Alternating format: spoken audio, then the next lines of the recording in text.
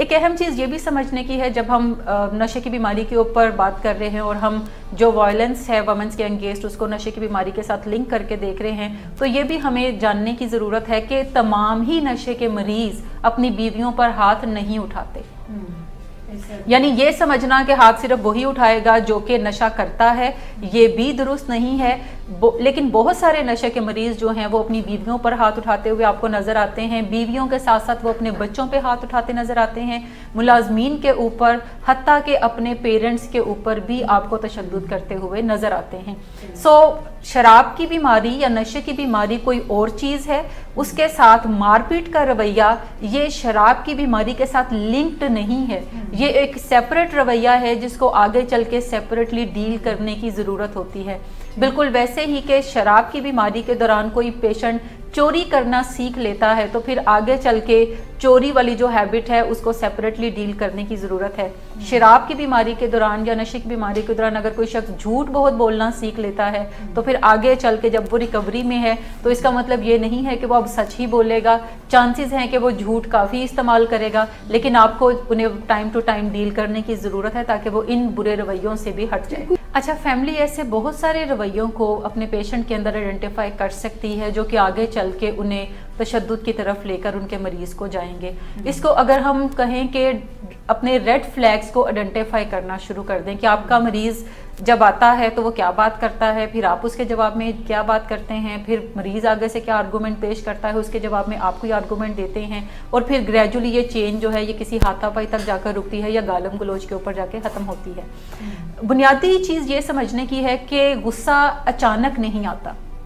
बहुत सारी family members ये कहते हैं कि बस मैंने तो कुछ भी नहीं कहा, ये आया अचानक भड़क उठा और इसने मुझे मारना शुरू कर दिया। गुस्सा ऐसे आउटब्रस्ट अपना नहीं देता, बल्कि गुस्से को आप यूँ कंसिडर करें कि जैसे कोई चाय की केतली आप चूल्हे के ऊपर रखते हैं और उसमें ठंडा पानी डालते हैं। जब वो थोड़ा सेक लगेगा तो पानी बॉयल होना शुरू होगा, ग्रेजुअली आपको उसमें से बबल्स निकलते हुए दिखाई देंगे, और फिर अगर आपने उसके ऊपर ढक्कन रखा हुआ है तो वो ढक्कन जो है वो थोड़ा थोड़ा हिलना शुरू हो। आज ख़ास तौर पर इस प्रोग्राम का जो मौजू हमने मुंतखब किया है ये international day against women violence से मुतासिर होकर हमने ये मौजू मुंतखब किया गया है। जी हाँ, दुनिया भर में ऐसी तकरीबात का आगाज़ हो चुका है जो कि 16 रोज़ पर मुश्तमिल है, जिसमें ऐसी ख़वातीन के हक़ में तकरीबात मुनक्किद की जा रही हैं जिनके ऊपर किसी न किसी तौर पर तशद्दुद जो है वो रवा रखा जाता है। ये दिन जो दुनिया में मनाए जाते हैं ये 24 नवंबर से लेकर 10 दिसंबर तक मनाया जाता है, और इसी हवाले से आज हम आपको साइंसी मदद भी फराहम करेंगे। और रूटीन के मुताबिक मुझे यहाँ पर माहिर के तौर पर ज्वाइन किया है मैडम उस्मा सदाकत ने। अस्सलाम वालेकुम। वालेकुम अस्सलाम। कैसी हैं? बिल्कुल हैरियत से। आज के मौजू की मुनासबत से मैं चाहूँगी आप भी 2 लफ्ज़ हमारे नाजरीन को बताएं। बिल्कुल जी, जब हमने ये सब्जेक्ट जो है मुंतहिब किया तो उसके पीछे बेसिकली ख़वातीन को एम्पावर करना और सपोर्ट फ्राहम करना था, उन ख़वातीन को ख़ास तौर पर जिन्हें घर में किसी न किसी तरह के तशद्दुद का सामना है। और चूँकि ये 16 डेज़ का एक कैंपेन है जो कि वायलेंस अगेंस्ट वुमेन के ऊपर है, तो हम भी ख़वातीन हैं जो हम चाहेंगे कि ऐसी ख़वातीन की मदद करें जो कि किसी न किसी हवाले से तशद्दुद का शिकार होती हैं और हो रही हैं। ख़ास तौर पर मैं यहाँ पे बात करना चाहूँगी उन ख़वातीन की जो जिनके पास कोई ना कोई नशे का मरीज़ भी है, क्योंकि जहाँ पर नशे का मरीज़ होता है वहाँ पे तशद्दुद के जो असरात हैं वो थोड़े बढ़ जाते हैं, बिकॉज़ कोई ना कोई पीछे केमिकल चल रहा होता है किसी शख्स के बॉडी के अंदर जो कि उसको ज़्यादा गुस्सीला बनाता है और उसको ज़्यादा हाइपर एक्टिव करता है। ऐसी सूरत में अगर कोई आर्गूमेंट घर वालों के साथ होता है तो वहाँ पे तशद्दुद जो है वो भी फिर असरअंदाज होता हुआ नज़र आता है। ख़ास तौर पे देखा गया है कि वायलेंस जो है वो अगेंस्ट वाइफ्स बहुत ज़्यादा देखा गया है। ख़ास तौर पे एडिक्शन डिजीज़ में मरीज़ जो है वो अपने स्पाउसल रिलेशनशिप में बहुत ज़्यादा एग्रेसिव नज़र आता है। ये एक इससे पहले कि मैं आपसे इसकी मज़ीद डेप्थ में वजह पूछूँ, मैं चाहती हूँ कि आप एलैबोरेट करें कि वायलेंस आखिर कहते किसे हैं। यानी हमारे कल्चर में तो वायलेंस से मुराद यही है कि कोई मार धाड़ की जाए, कोई किसी को ज़ख्मी कर दिया जाए या मारपीट ही की जाए। वायलेंस किस किस्म का रवैया जो है, इसके पीछे रवैये कौन से हैं? अच्छा, हमारे कल्चर में वायलेंस को कोई बड़ी आम सी बात समझी जाती है और बहुत सारे घरों के नॉर्म में वायलेंस शामिल होता है, हमारी सोसाइटी का हिस्सा भी समझा जाता है कि वायलेंस हमारी सोसाइटी का भी कोई हिस्सा है। अगर आपको अपने घर के इर्द गिर्द कोई शख्स अपनी बीवी को मारता हुआ नज़र आता है तो आप उसको बुरा ज़रूर समझते हैं, लेकिन आपको ये ख्याल नहीं आता कि आप जाके उससे बातचीत करें और इसको इस चीज़ पे बुरा भला कहें या मना करें। आपको लगता है कि चूंकि उसकी वाइफ है सो उसका राइट है कि वो मार भी सकता है। आपको ये सुन के बड़ी हैरत होगी कि पाकिस्तान में कोई ऐसा एक्ट नहीं है जो उन ख़वातीन को महफूज कर सके जो कि किसी न किसी तौर पर अपने घरों में तशद्दुद का सामना करती हैं। 2010 में आसिफ जरदारी साहब की गवर्नमेंट ने एक बिल पास करने की कोशिश की जो कि बेसिकली उन ख़वातीन को कानूनी हक मुहैया करता था जो कि ख़वातीन वायलेंस का घरों में शिकार हो रही थी। उस बिल को काफ़ी अपोज किया गया और वो बिल अनफॉर्चुनेटली पास नहीं हो सका। फिर मुस्लिम लीग की गवर्नमेंट ने 2016 में इसकी कोशिश अगेन की कि कोई ऐसा बिल पास किया जाए जहाँ पे ख़वातीन को कोई ऐसे कानूनी हक फराहम किए जा सकें कि जब वो तशद्दुद का सामना करें तो वो क्या कर सकती हैं। उसमें उन्होंने ये भी मेंशन किया कि ऐसे तमाम अफराद जो कि अपनी बीवियों के ऊपर तशद्दुद करते हैं उनको कोई एक ब्रेसलेट सा पहना दिया जाएगा ताकि जो कानून है वो वॉच कर सके कि ये लोग अपने घरों के करीब नहीं हैं, या अगर घर में हैं तो ये खातून को डेंजर के अंदर नहीं लेकर जा रही या खातून कोई डेंजर जोन के अंदर नहीं है। इसके साथ साथ ये भी तय किया गया कि अगर कोई शख्स अपनी बीवी को मारता है और बीवी उसको रिपोर्ट करती है पुलिस में तो उस शख्स को 6 माह की कैद होगी और साथ में उसको कुछ जुर्माना भी देना पड़ेगा जो कि तकरीबन 100,000 तकरीबन 1 लाख का जुर्माना बनता है। बट बहुत सारी जो इस्लामी तंजीमात हैं उन्होंने इस बिल को अपोज किया और ये बिल अभी तक पास गवर्नमेंट से नहीं हो सका, यानी ये बिल जो है एक कानून की शक्ल इख्तियार नहीं कर सका क्योंकि जो इस्लामी मूवमेंट के लोग थे उनका कहना ये है कि अगर ये बिल पास हुआ तो ये रिलीजन के अंगेंस्ट जाएगा और चूंकि हमारा आइन ये कहता है कि कोई भी ऐसा कानून नहीं बन सकता जो कि इस्लामी रवायात के या इस्लामी कवानीन के मुनाफी हो। सो इस बिल को भी अपोज किया गया और इसको पास नहीं होने दिया गया। जो इस्लामी तंजीमात हैं उनके मुताबिक इस्लाम में ये भी है कि अगर कोई खातून जो है वो कुछ गड़बड़ करती है तो उसका मर्द उसको पोलाइटली हिट करने की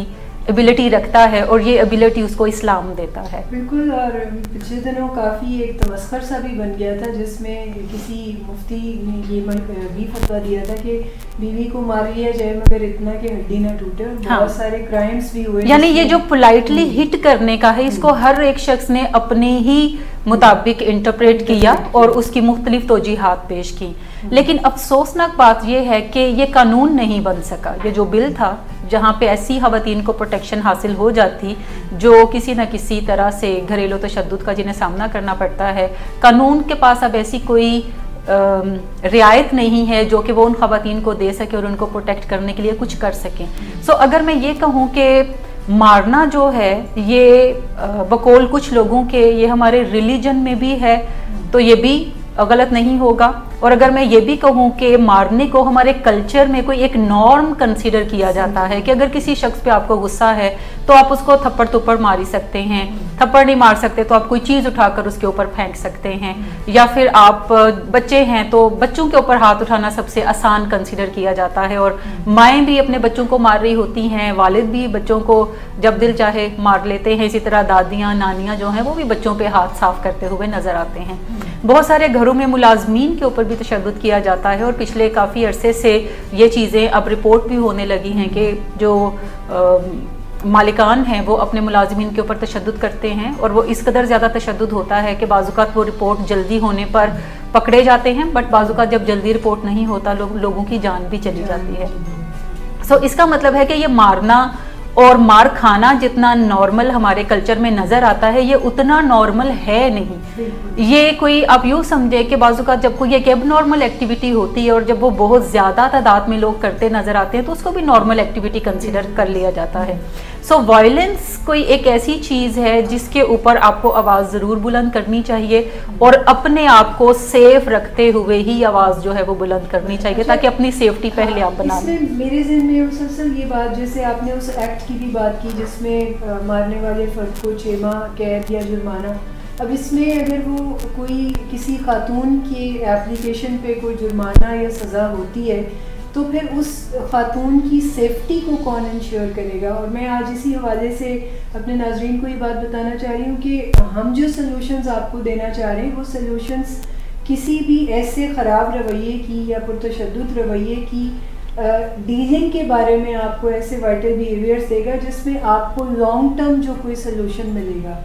अच्छा, मैं पाकिस्तान की बात कर रही हूँ कि पाकिस्तान में 2016 में इस बिल को दोबारा पेश करने की कोशिश की गई, लेकिन ये बिल जो है ये कानून का दर्जा हासिल नहीं कर सका बिकॉज बहुत सारी अपोजिशन उसको फेस करना पड़ी। अगर हम अमेरिका की बात करें तो अमेरिका में भी ये जो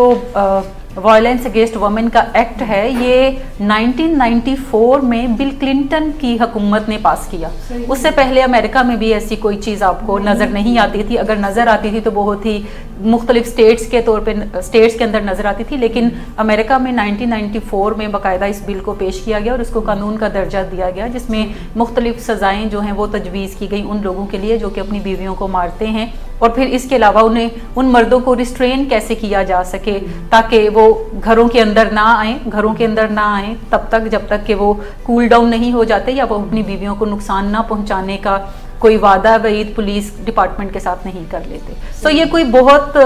पुरानी बात नहीं है कि हमारी सोसाइटी सिविलाइज्ड हुई है और हम बेहतर से बेहतर चीज़ों की तरफ जा रहे हैं। आई डू होप कि पाकिस्तान के अंदर भी आने वाले सालों में लोग इतने मजबूत हो जाएं, हुकूमतें इतनी मजबूत हो जाएं कि वो इस तरह के आवाम की बेहतरी के लिए बिल जो है वो पास कर सकें और वह कानून का दर्जा भी वो हासिल कर सकें और बाद में उनकी पासदारी भी कर सकें। बिल्कुल, पासदारी भी उनकी हो। अच्छा, इसमें मैं चाहती हूँ कि आप थोड़ा सा एलेबरेट करें कि ये जो पुरतशद्दुद रवैये हैं आखिर इसमें कौन कौन से रवैये शामिल हैं? क्या सिर्फ मारना पीटना ही कोई तशद्दुद कहलाता है या ऐसी और भी बहुत सारी चीज़ें हैं जिनको हम इस दायरे में? अच्छा, बज़ाहिर ये समझा जाता है कि मारपीट ही कोई वायलेंस है, जबकि एक्सपर्ट्स ये कहते हैं कि मारपीट कोई एक आखिरी हद आपको नज़र आती है, लेकिन उससे पहले भी बहुत सारी ऐसी चीज़ें हैं जो कि आप लोगों के रवैयों में देखते हैं और आप उनको एज वायलेंस ही आइडेंटिफाई करते हैं, यानी वो भी तशद्दुद के ज़ुमरे में आती हैं। इन चीज़ों के अंदर मारपीट एक चीज़ है जो कि आप बताते हो, गालम गलोच करना भी वायलेंस के अंदर कंसिडर किया जाता है। इसके अलावा लोगों के फ़िक्रों को ट्विस्ट करके उसे ज़ेरीले मानी पहनाना, जैसे अगर कोई खातून अपनी फीलिंग्स का इजहार करती है और अपने हस्बैंड से जो उसको एक्सपेक्टेशंस हैं वो उसको बातचीत उस पर करती है कि मैं ये चाहती हूँ, मेरा ख्याल था आप ऐसा करेंगे लेकिन आपने ऐसा किया, मेरा ख्याल था आप ऐसा नहीं करेंगे लेकिन आपने ऐसा किया, और हस्बैंड सारी बातें खामोशी से सुनता और कहता है मुझे तो पता नहीं था तुम्हारे अंदर कितना जहर भरा पड़ा हुआ है। सो ये भी डिस्टॉर्शन जो करना है फिक्रों को और उसको अपने मानी पहनाना जो कि मनफी हैं, ये भी वायलेंस के ज़ुमरे में आता है। इसके अलावा आप किसी को कोई चीज़ उठा के मारते हैं इस नियत से कि उसको लगे, ये भी वायलेंस है, और आप कोई चीज़ उठा के मारते हैं इस नियत से कि उसको देखकर दूसरा खामोश का खामोश ही बैठा रहे, ये भी वायलेंस के ज़ुमरे में आता है। जैसे सेलफोन उठाकर दीवार के साथ पटक देना, खाना खा रहे हैं तो कोई चीज़ प्लेट उठाकर दीवार के साथ पटक देना ताकि दूसरा अपना मुंह जो है वो बंद कर ले, जो वो बात कर रहा है वो ना करे, ये वायलेंस के ज़ुमरे में आएगा।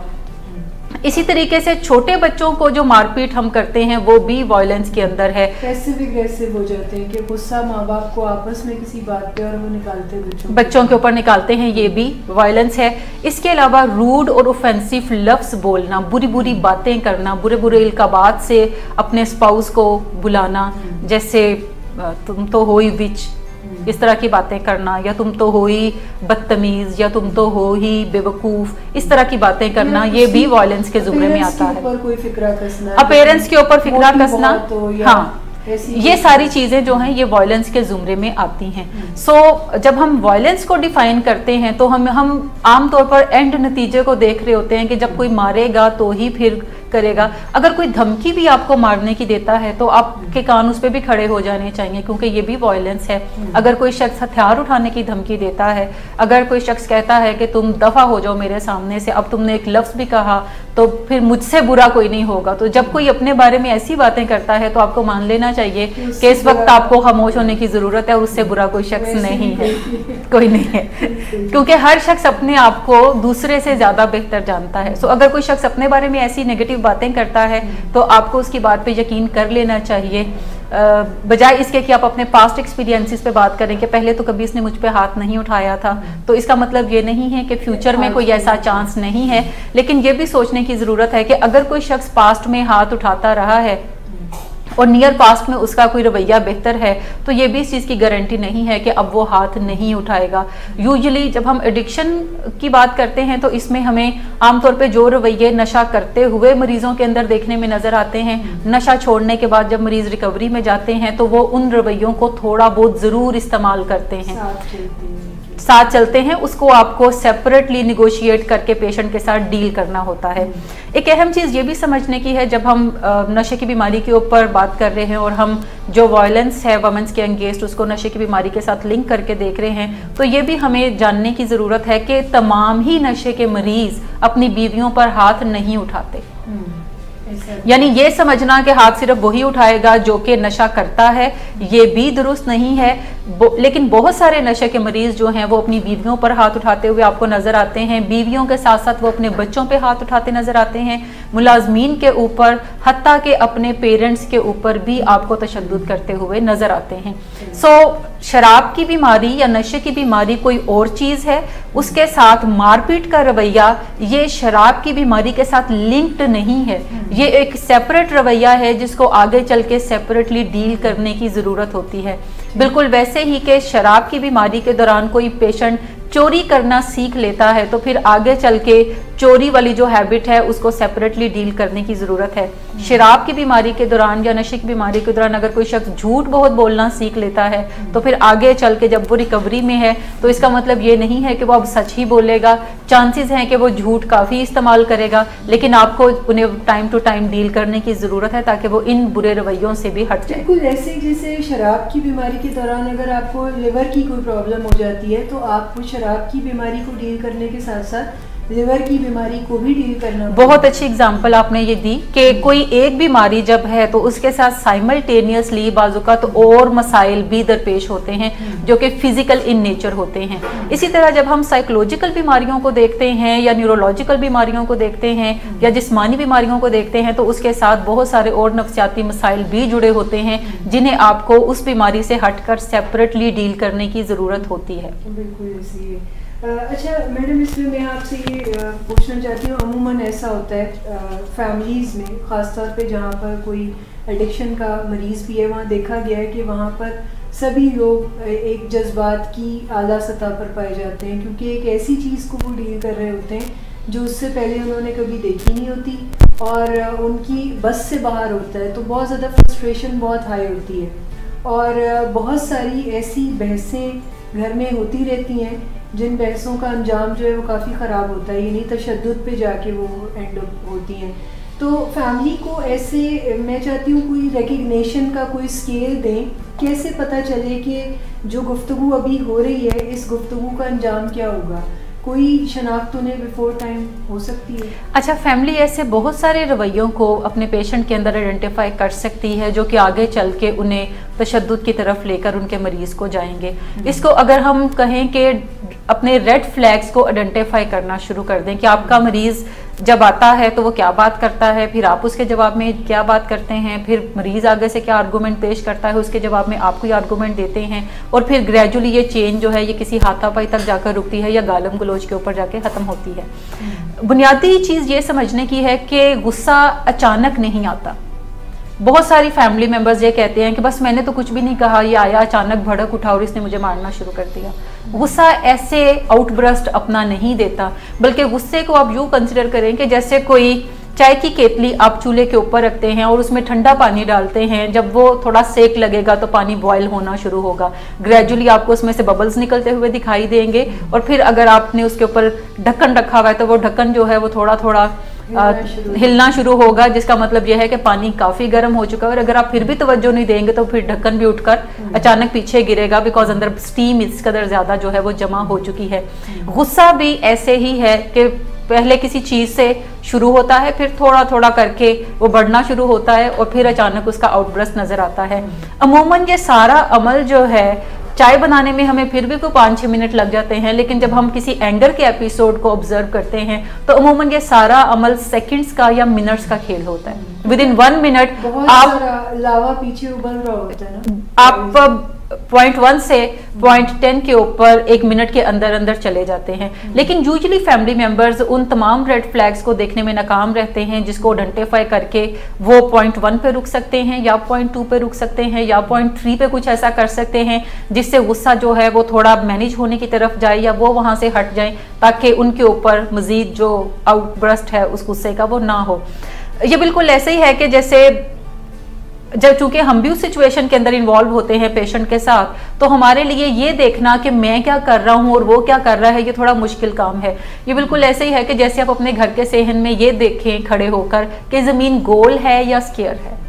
अगर आप जमीन की शेप को देखना चाहते हैं तो उसके लिए आपको एक खास डिस्टेंस पे जाना पड़ता है, तभी आप देख सकते हैं कि जमीन गोल है या जमीन स्क्वायर है। सो इसी तरीके से अगर आप अपने पेशेंट के रेड फ्लैग आइडेंटिफाई करना चाहते हैं तो वो टाइम बेहतर नहीं है जब आप भी गुस्से में हैं और आपका मरीज भी गुस्से में है, आप दोनों आर्गुमेंट्स के अंदर हैं और आप आइडेंटिफाई करने की कोशिश कर रहे हैं कि अच्छा इसको ये नहीं करना चाहिए था, इसको ये नहीं कहना चाहिए था, इसने मुझे ये कह दिया और मुझे गुस्सा आया, अब जरूर मैं अभी कोई बात कहने की तरफ जाऊं। बल्कि इस चीज को उस वक्त आइडेंटिफाई करने की जरूरत है जब अभी कोई ताज़ा गुस्से का एपिसोड नहीं हुआ और कोई ताज़ा बुरी बुरी बातें आपको सुनने को नहीं मिली या कोई ताज़ा अभी मार पिटाई नहीं हुई। सो आप आराम से बैठ जाएं, तहम्मुल से कोई कॉपी पेंसिल लें और लिखना शुरू करें कि पिछले 6 माह के अंदर आपके मरीज ने क्या आपके ऊपर कोई चीजें फेंकी हैं। नंबर 2, लिखना शुरू करें कि क्या आपके मरीज ने आपके साथ गालम गलोच किया है या आपको बुरे बुरे नामों से बुलाया है। लास्ट 6 मंथ का आप ट्रैक इकट्ठा करना शुरू करें उसका, और ये भी साथ लिखना शुरू करें कि ऐसा कितनी दफा हुआ। फर्ज करें कि आपको कोई 2 दर्जन के करीब आपके मरीज ने रूड और ऑफेंसिव वर्ड्स जो हैं वो बोले हैं या बुरे बुरे नामों से आपको पुकारा है, तो आप लिख लें कि ये काम 2 दर्जन टाइम हुआ है। इसी तरीके से क्या आपके सामने आपके पेशेंट ने बच्चों को मारा है, कि मियाँ बीवी का आर्गुमेंट चल रहा है, दरमियान में कोई बच्चा अपने किसी काम से आता है और वो कहता है कि वो पापा आपने मेरा काम नहीं किया, तो वो बीवी को छोड़कर उस बच्चे को पकड़ लेगा और उसको मारना शुरू करेगा और कहेगा कि तुम्हें कितनी दफा कहा है जब हम दोनों बातचीत कर रहे हो तो दरमियान में मत बोला करो। ये भी आपके हस्बैंड का एंगर है जो कि डाइवर्ट हुआ उसकी बच्चे की तरफ। सो इसको भी मेंशन करें कि ऐसा लास्ट 6 मंथ में कितने टाइम्स हुआ। जितने भी वायलेंस के फॉर्म्स आपको नजर आती हैं, जिस पे अभी हमने थोड़ी देर पहले बात की, उन तमाम को 1 बाय 1 आप नोट करना शुरू कर दें और ये लास्ट 6 मंथ का अपने पेशेंट का ट्रैक कलेक्ट करना शुरू करें। अहम बात ये नहीं कि एंड में आपके पास कोई 2 दर्जन रवैये निकलते हैं अपने मरीज के हवाले से जो कि आपको लगता है ये वायलेंस वाले रवैये हैं, या सिर्फ कोई एक रवैया निकलता है। 1 निकले या 2 दर्जन निकले, ये जानने की जरूरत है कि आप रिस्क पर हैं। आगे चल के आपके जो पेशेंट के रवैये हैं वो ग्रेजुअली बढ़ेंगे अगर आप उसको मैनेज करने की कोशिश नहीं करेंगे, या फिर आपको कभी ना कभी आगे चल के कोई नुकसान पहुंचने का अंदेशा है। तो आपके कान यहीं पे खड़े हो जाने चाहिए कि अब आगे आप ऐसा क्या करें जिससे ये नुकसानात जो हैं ये यहीं से सिमटने की तरफ जाएं, बजाय कि ये आगे भी फैले और इसके असरात लग चुकी है और ये आग डे बाय डे वर्स होगी अगर हम इसके ऊपर काम नहीं करें। बिल्कुल ऐसा ही है। अच्छा, एक और बुनियादी चीज समझने की है कि जब भी किसी शख्स पे तशद्दुद होता है या जब किसी औरत पे तशद्दुद होता है या बच्चे पे तशद्दुद होता है, तो ज्यादातर लोग उसी औरत को कहते हैं कि तुम्हें ये नहीं करना चाहिए था, तुम्हें ऐसा नहीं बोलना चाहिए था, तुम्हें इस तरीके से करना चाहिए था। और यूजुअली जब भी किसी पे तशद्दुद होता है तो वो ज्यादा अच्छा रवैया अपनाने की कोशिश करता है। किसी बच्चे पे तशद्दुद होगा तो वो ज्यादा अच्छा बनने की कोशिश करेगा, किसी पेरेंट पे तशद्दुद होगा तो वो भी ज्यादा अच्छा बनने की कोशिश करते हैं। जरूरत ये नहीं कि घर वाले अपने रवैयों को चेंज करें, जरूरत इस बात की है कि तशद्दुद करने वाला अपने रवैयों को चेंज करने की तरफ जाए और इस चीज को पहचान ले कि ये कोई दूसरों का मसला नहीं है, बल्कि तशद्दुद करने वाला जो तशद्दुद करता है ये कोई उसका मसला है जिसको समझने की जरूरत है और जिसको बेहतर बनाने की जरूरत है। जबकि वाइफ जो है या बच्चे जो हैं ये सिर्फ उसका कोई टारगेट होते हैं जिसको वो इस्तेमाल करता है। अच्छा, बहुत सारे फिल्मों में, ड्रामों में भी इस चीज को बारहा पोर्ट्रे किया जाता है कि अगर कोई मर्द अपनी बीवी पे हाथ उठाता है तो ये भी कोई प्यार की निशानी होती है। कहते हैं कि वो गुस्से का जो बड़ा तेज है वो दिल का बड़ा अच्छा है। दिल का बड़ा अच्छा है, या वो 2-4 थप्पड़ मार के कहता है कि चूंकि मुझे प्यार भी तो है ना तुमसे। आपने अक्सर देखा होगा मूवीज के अंदर हीरोइन जब बातें कर रही होती है हीरो को, तो हीरो अचानक एक जोरदार थप्पड़ मारता है क्योंकि वो हीरो की बात नहीं सुन रही और फिर उसको गले से लगा लेता है। सो इससे मतलब ये है कि ये कोई प्यार की अलामत है। ख़वातीन को ये समझ लेने की ज़रूरत है कि किसी भी शख्स का उनके ऊपर हाथ उठाना, बुरी बुरी बातें करना, चीज़ें उठाकर पटकना, उन्हें इल्ज़ामात देना, ये हरगिज़ प्यार नहीं है। ये बल्कि कोई उसका एंगर का मसला है जो कि उस पेशेंट को मैनेज करने की ज़रूरत है। आप कभी भी इसको प्यार के तौर पर ना लें। इसको क्लियर कट आइडेंटिफाई करने की ज़रूरत है कि प्यार कोई और चीज़ है और गुस्सा बहरहाल कोई और चीज़ है, और इसको एड्रेस किए बगैर ये रवैये जो हैं ये ठीक नहीं है। ये कोई साइकोलॉजिकल मसला है, पैथोलॉजिकल एंगर है जो कि आगे चल के आउटब्रस्ट की तरफ जाता है। इसका प्यार से हरगिज कोई ताल्लुक नहीं है। जो पेरेंट्स बच्चों को मारते भी हैं और ये भी कहते हैं कि उन्हें अपने बच्चों से प्यार बहुत है, तो प्यार का होना कोई एक रवैया जरूर होगा, लेकिन उसके साथ अगर पैथोलॉजिकल एंगर है तो ये कोई एक प्रॉब्लम है, कोई एक बीमारी है जिसको आइडेंटिफाई करने की और उसको मैनेज करने की जरूरत है। ये हरगिज भी प्यार की अलामत नहीं। अक्सर हमारे कल्चर में कहा जाता है कि जहाँ पे 4 बर्तन होते हैं वहां पे वो आपस में बचते भी जरूर हैं, यानी आप इसको नॉर्मल कंसिडर करें, जबकि ये हरगिज नॉर्मल नहीं है। सबसे पहले खवातीन को ये समझने की जरूरत है कि जब भी कोई वायलेंस का मुजाहरा करता है, नंबर 1 ये प्यार नहीं है, नंबर 2 उसको प्यार के तौर पे हरगिज ना ले और माफी तलाफी में ना पड़े, बल्कि बाज़ हस्बैंड से करते हैं कि एक दिन मारपिटाई की और दूसरे दिन कोई अच्छा सा जोड़ा लाकर अपनी वाइफ को गिफ्ट किया, और ये वो उस गिल्ट से मजबूर होकर करते हैं जो कि एंगर के बाद उन्हें फील होता है कि उन्होंने गलत किया। जब थोड़ा गुस्सा नीचे होगा तो वो सोचेंगे कि अच्छा उन्हें ऐसा नहीं करना चाहिए था, कुछ ज्यादा ही वो कर गए, और फिर वो कोई गिफ्ट देकर अपनी बीवी को मनाने की कोशिश करेंगे। अच्छा, बीवी गिफ्ट्स लेकर फौरन मान जाती हैं, वो तो पहले भी मान के बैठी होती हैं, लेकिन वो गिफ्ट्स मिलने पे फौरन मान जाती हैं। यूजुअली अगर हस्बैंड किसी वाइफ का मोबाइल लेता है और उसको तोड़ता है तो फिर वो कहता है कि मैं तुम्हें फिक्र ना तुम करो, मैं तुम्हें इससे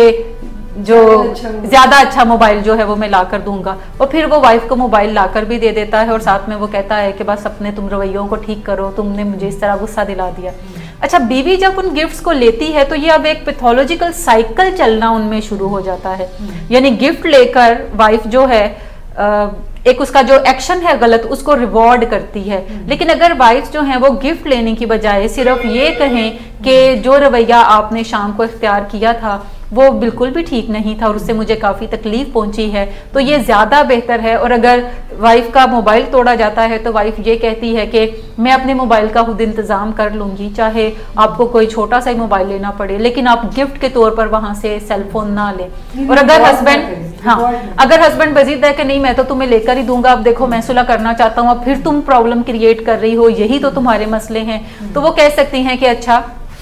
आप ऐसा करें, जो सेलफोन आपने मेरा तोड़ा है आप मुझे वही सिर्फ लेकर ला दे, मुझे ज्यादा अच्छे सेलफोन की जरूरत नहीं है, ठीक है। सो आपको बातचीत के तरीके सीखने हैं और कभी भी हस्बैंड की मार कुटाई के बाद जो गिफ्ट्स हैं वो वसूल करके आपने उसी रवैये को रिवॉर्ड नहीं करना, बल्कि आपने ऐसे तरीकाकार को इस्तेमाल करना है जिससे ये वायलेंस का रवैया जो है ये ग्रेजुअली कम होने की तरफ आए। अच्छा, रेड फ्लैग्स की हम बात कर रहे थे, और रेड फ्लैग्स बेसिकली मुख्तलिफ स्टेटमेंट्स हो सकती हैं जो कि आपके हस्बैंड कहते हुए नजर आते हैं कि जैसे अब एक लफ्ज़ नहीं बोलना, इसके बाद मैं इस बहस में नहीं पढ़ना चाहता, अब अगर तुम कुछ कहोगी तो फिर कुछ खाओगी, ठीक। सो ये स्टेटमेंट्स अगर कोई हस्बैंड कहता हुआ नजर आता है और बीवी पहचानती है कि लास्ट टाइम इस स्टेटमेंट के बाद हालात ज़्यादा ख़राब हुए थे, तो फिर ये कोई स्टेटमेंट्स जो हैं इसको रेड फ्लैग के तौर पे लेने की ज़रूरत है, यानी उसके बाद बातचीत को बंद कर दें और अपनी सेफ्टी के ऊपर ज़्यादा काम करने की ज़रूरत है। नंबर 2, हस्बैंड के ऐसे एक्सप्रेशंस जिसके बाद आपको लगे कि फिर उसके बाद किसी को मार पड़ी थी, हालात ख़राब हुए थे, कोई चीज़ उठा के मारी गई थी, और वो एक्सप्रेशंस हो सकते हैं कि कोई हस्बैंड का एक नज़र आपको देखना जिसको आप रिकग्नाइज करते हो that this is his dangerous look, जैसे कोई चीरती हुई नज़र जब आपके ऊपर गाड़ी जाती है तो आपको फौरन पता होता है कि ये जो है ये एबनॉर्मल लुक है मेरे हस्बैंड की, इसके बाद जो है वो ज़्यादा वायलेंट होने की तरफ जाते हैं। सो उस लुक तक ही उसको पहचानें और वहीं पे ही रुक जाएं और इधर उधर हो जाएं, अपने हस्बैंड के सामने मौजूद ना रहें। तीसरी चीज है एक्सप्रेशंस या बिहेवियर्स। बिहेवियर से मुराद है कि क्या आपके हस्बैंड कुछ ऐसी हरकतों सकनात करते हुए नजर आते हैं जिससे लगता है कि वो गुस्से में है, मूड खराब है और आगे चल के हालात जो है वो मजीद खराब होंगे। जैसे अगर कोई हस्बैंड घर के अंदर एंटर होता है और थोड़ा क्वाइट होता है तो ये रिकग्नाइजेबल बिहेवियर है कि अगर आपके हस्बैंड का ऐसा कोई पैटर्न है तो आप रिकग्नाइज कर सकते हो कि आज कुछ हुआ है। इसका मतलब है कि आज कोई बहस वाली बात, कोई बहस वाला आर्गुमेंट जो है वो करना जरूरी नहीं है, क्योंकि मेन चीज है कि किसी भी बात को शुरू करना और उसको अच्छे अंदाज में मंतकी अंजाम तक पहुंचाना मकसद है। आपका गोल ये नहीं है कि जरूर अपना पॉइंट आप यहाँ पर बनाएं और आप मार खाएं। ये तीनों चीजों को रेड फ्लैग के तौर पर आपको आइडेंटिफाई करने की जरूरत है। हर हस्बैंड के लिए वाइफ जो है वो इजीली आइडेंटिफाई कर सकती है कि एक्सप्रेशंस कब खराब होंगे हस्बैंड के तो आगे प्रॉब्लम आएगी, ऐसे कौन से स्टेटमेंट्स हैं जो हस्बैंड कहेगा और आगे जो है वो प्रॉब्लम आएगी, और बिहेवियर्स कौन से होंगे जो कि आगे चल के प्रॉब्लम की तरफ जाएंगे। मैंने एक खातून को इस वजह से मार खाते हुए देखा कि वो बार बार कह रहा है अपनी वाइफ से कि बस तुम एक लफ्ज मत बोलना आगे से, और खातून कह रही है कि मैं कह क्या रही हूँ। सिर्फ इतनी सी बात पे वो मजीद मार खाती और फिर वो कहता कि मैं तुम्हें अल्टीमेटम दे रहा हूँ कि अब तुमने एक लफ्ज मजीद नहीं बोलना, और आगे से फिर खातून कहती कि मैं क्या रही हूँ,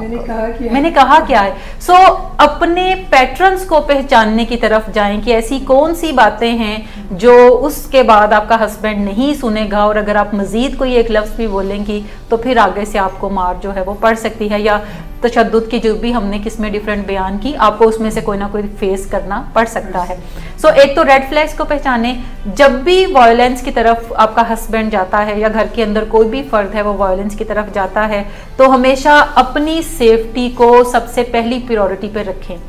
सेफ्टी से मुराद है कि